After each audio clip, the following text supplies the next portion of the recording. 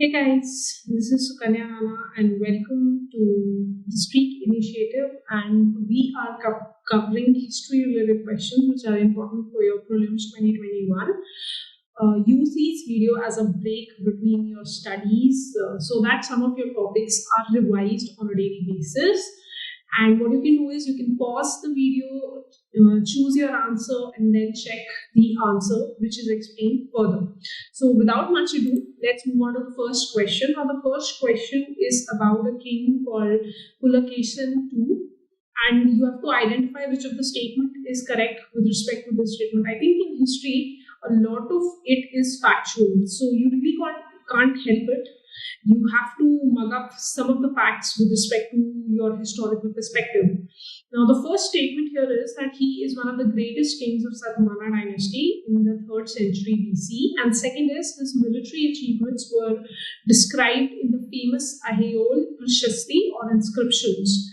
Now, you can pause, you can select your answer. So the answer for this particular video is actually B.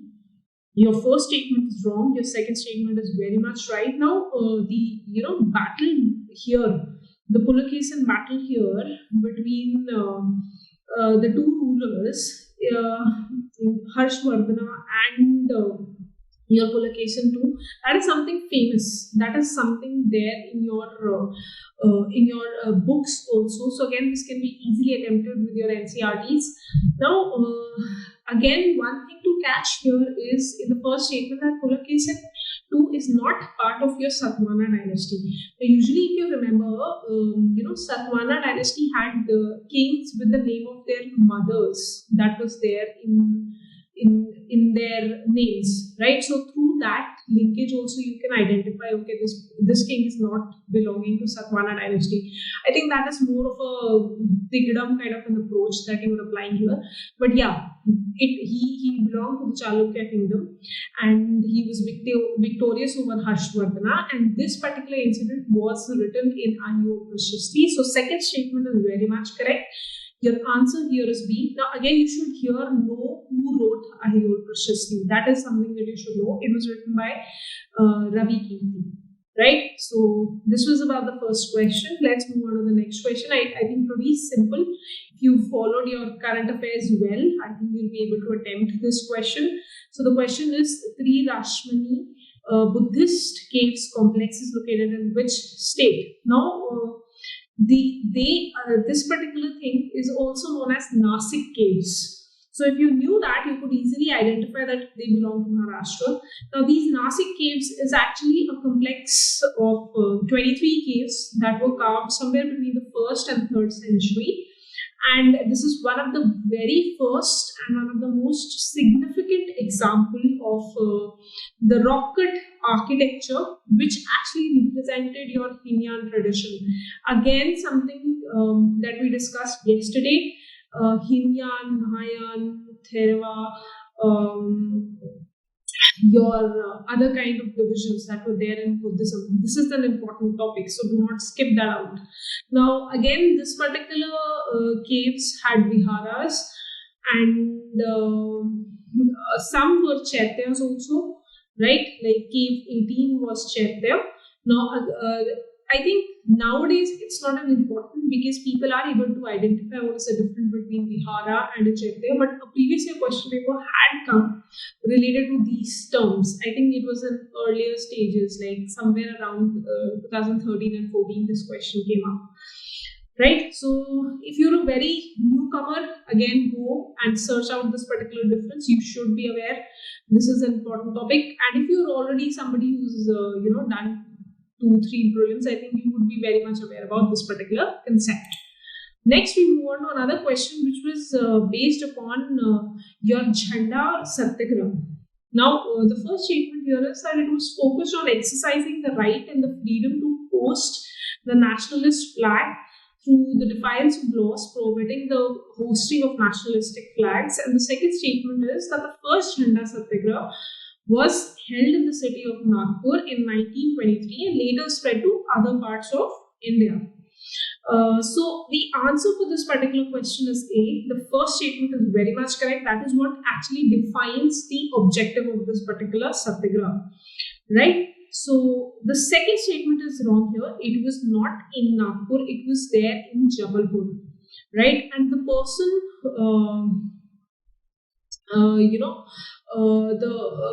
this particular initiative actually had started in Jabalpur. Now the year is right, 1923, and at Downhill, this particular incident started, and the Jhanda was actually unfurled at town hall, and it was basically more or less a peaceful civil disobedience kind of a movement which happened during the British era. Now, it was basically, again, like the first statement, on exercising the right to host your own freedom of hosting your flag.